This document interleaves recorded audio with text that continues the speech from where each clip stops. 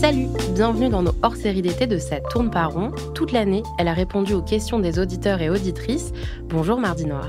Bonjour Nina. Mardi Noir, vous êtes psychologue et psychanalyste et cet été, vous nous proposez une série de podcasts pour nous expliquer comment fonctionne notre esprit. Et pour ça, vous allez nous parler de ce qu'on appelle les structures psychiques. C'est un terme qui peut paraître barbare pour vous qui nous écoutez, mais vous en avez déjà parlé sans vraiment le savoir, tant elles font partie du langage courant. Vous avez en effet tous entendu et employé le mot névrose, par exemple. Oui, névrose, hystérie, phobie, psychose, tous ces mots sont souvent utilisés sans savoir quelle réalité ils recouvrent vraiment.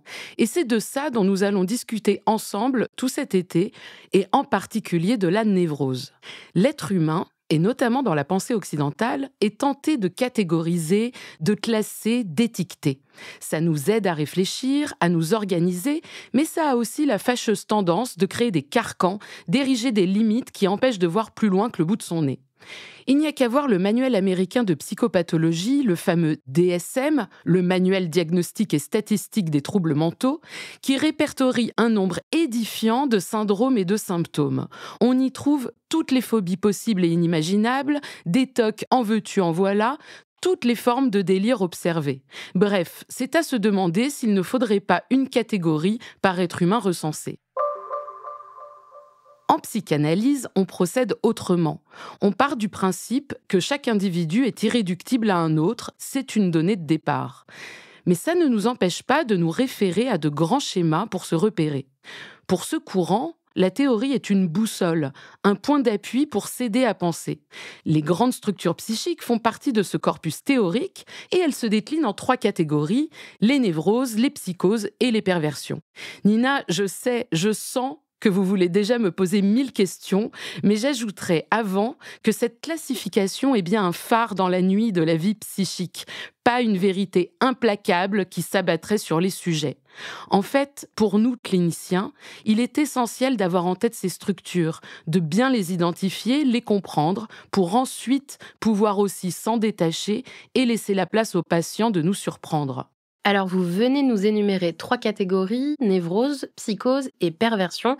Est-ce que vous pouvez les définir, qu'on y voit un peu plus clair ?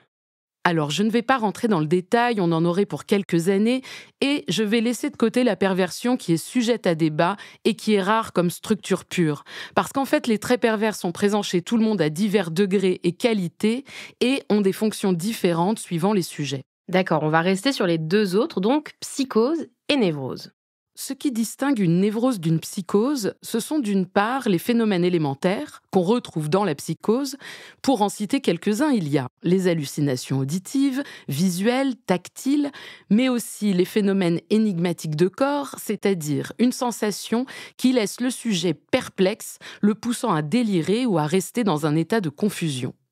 Mais en fait, ça arrive aussi dans la névrose, seulement la réponse ne sera pas la même. Un exemple bien connu. Tu passes ton été avec un gamin qui a des poux et hop, ça gratte, c'est quasi immédiat. Pourtant, t'as pas de poux. Bon, tout de suite, tu vas reprendre ça symboliquement, tu vas te l'expliquer, tu sais que tu t'identifies au pauvre môme colonisé par le parasite. Si t'es légèrement hypocondriaque, tu vas te faire un shampoing en prévention et tu vas t'inspecter. Et j'ai envie de dire, même si ça perdure dans le temps, ça peut s'expliquer du côté d'une angoisse. Une personne psychotique, elle, va se gratter la tête et se demander ce qui lui arrive. Elle va trouver ça bizarre, énigmatique, ça lui tombe dessus, ça vient de l'extérieur. Peut-être même qu'elle a vraiment chopé les poux de cet enfant, pour de vrai. Dans la psychose, le point d'entrée est souvent réel. Les poux sont bien présents, mais ça signifie quelque chose. Si elle est paranoïaque, elle va peut-être prendre l'enfant en grippe, il l'a fait exprès, il veut lui causer sa perte. Si elle est créative, elle va peut-être commencer à faire des liens, elle va chercher une cohérence à cette invasion. En fait, ses poux l'ont choisi pour mener à bien une mission qui la dépasse. Du coup, mardi, le névrosé, face au gamin avec des poux, il va peut-être se gratter et peut-être s'inquiéter, alors que le psychotique, lui, va chercher une raison symbolique au fait que ça le gratte. Est-ce que j'ai bien compris ? En fait, ce sont les réponses, c'est-à-dire les réactions qui diffèrent. C'est caricatural ce que je vais dire, mais pour un névrosé, cette histoire de poux pourrait se transformer en phobie, par exemple, en symptômes hygiéniques à la limite du TOC, là où un psychotique va avoir tendance à trouver une réponse externe à lui, les poux lui font signe. Bon, tous les psychotiques ne vont pas démarrer un délire parce qu'ils ont des poux, c'était juste un exemple pour illustrer mon propos. Mais ce qu'on peut dire, c'est que la fonction symbolique, au sens du langage, de la métaphore, n'est pas advenue pour la personne psychotique. Pour autant, cette fonction n'a pas disparu. Elle fait retour dans le réel. Elle s'incarne et le sujet se retrouve parfois dans un monde où tout fait signe, où le sens délire, où les mots deviennent les choses. Je vous ai parlé des poux, qui était un exemple inventé, mais c'était pour vous illustrer comment un délire pouvait démarrer. Mais je me souviens aussi de cette femme, qui elle existe et qui s'appelle Virginie et qui a décompensé sa psychose pour la première fois durant un voyage d'études en Virginie, aux États-Unis. Pour elle, c'est le nom de l'État qui fait signe. J'ai un autre exemple d'un vieux monsieur en institution, très stabilisé, qui avait sans doute eu un passé très mouvementé en termes de pathologie. Bref, il était venu me voir avec un gros morceau de scotch sur la bouche, mort de rire. Il a retiré le bout de scotch et s'est esclaffé « Ah, je suis scotché !» Alors là, on peut se dire qu'il peut enfin jouer du mot et de la chose, mais ça révèle que fut un temps, ça n'allait sans doute pas de soi.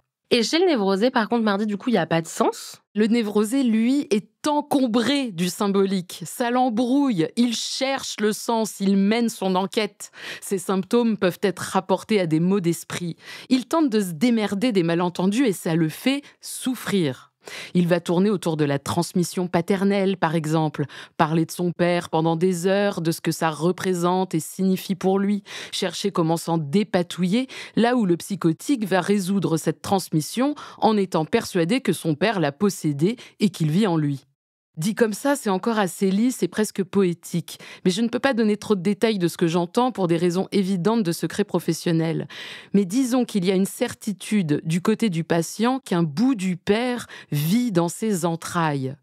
Un névrosé, lui, va peut-être remarquer que son mal de ventre récurrent prend sa source dans le fait que le père voulait toujours l'emmener courir le dimanche entre hommes, et plutôt que de le décevoir et lui dire que ça ne l'intéresse pas, des maux de ventre sont apparus à cette même période. Je caricature, bien sûr, encore une fois, car ce n'est jamais aussi simple que ça. Si je vous comprends bien, mardi, si je suis bien, la névrose est plus banale que la psychose, non ? Mais pas du tout. Un psychotique peut être extrêmement normal, au contraire, surnormal même. Ce qui n'est pas banal, je vous l'accorde. Mais ce ne sera pas notre sujet pour cet été. On va s'intéresser aux 3 grandes névroses répertoriées par la psychanalyse, l'hystérie, la névrose obsessionnelle et la phobie, même si cette dernière a, on le verra, des accointances avec la psychose. Et ce qui me tient à cœur de transmettre dans ce hors-série d'été, c'est de dédramatiser ces structures. De sortir un peu de la jouissance diagnostique, de montrer qu'elles sont des repères mais qu'elles ne répondent pas à des protocoles de soins prêts à l'usage. Ce qui nous intéresse ici, c'est comment un sujet s'organise avec son environnement, son désir, ses frustrations, ses privations, ses traumatismes. Que ces sujets n'aient plus à répondre de leur souffrance, comme une dette permanente, une justification sans fin, une répétition encombrante, mais qu'ils répondent à leur souffrance par une trouvaille singulière qui vient décaler ce qu'ils pensaient être jusqu'ici une fatalité. Merci Mardi Noir pour cette introduction. Grâce à vous, j'espère découvrir ou pas à quelle catégorie j'appartiens. On se retrouve dans 15 jours pour un épisode sur l'hystérie. Salut Nina, dans 15 jours. Ça tourne par rond est un podcast de Mardi Noir produit par Slate Podcast. Direction éditoriale Christophe Caron, production éditoriale Christophe Caron et Nina Pareja, prise de son Nina Pareja, montage et réalisation Aurélie Rodriguez. La musique est signée Sable Blanc.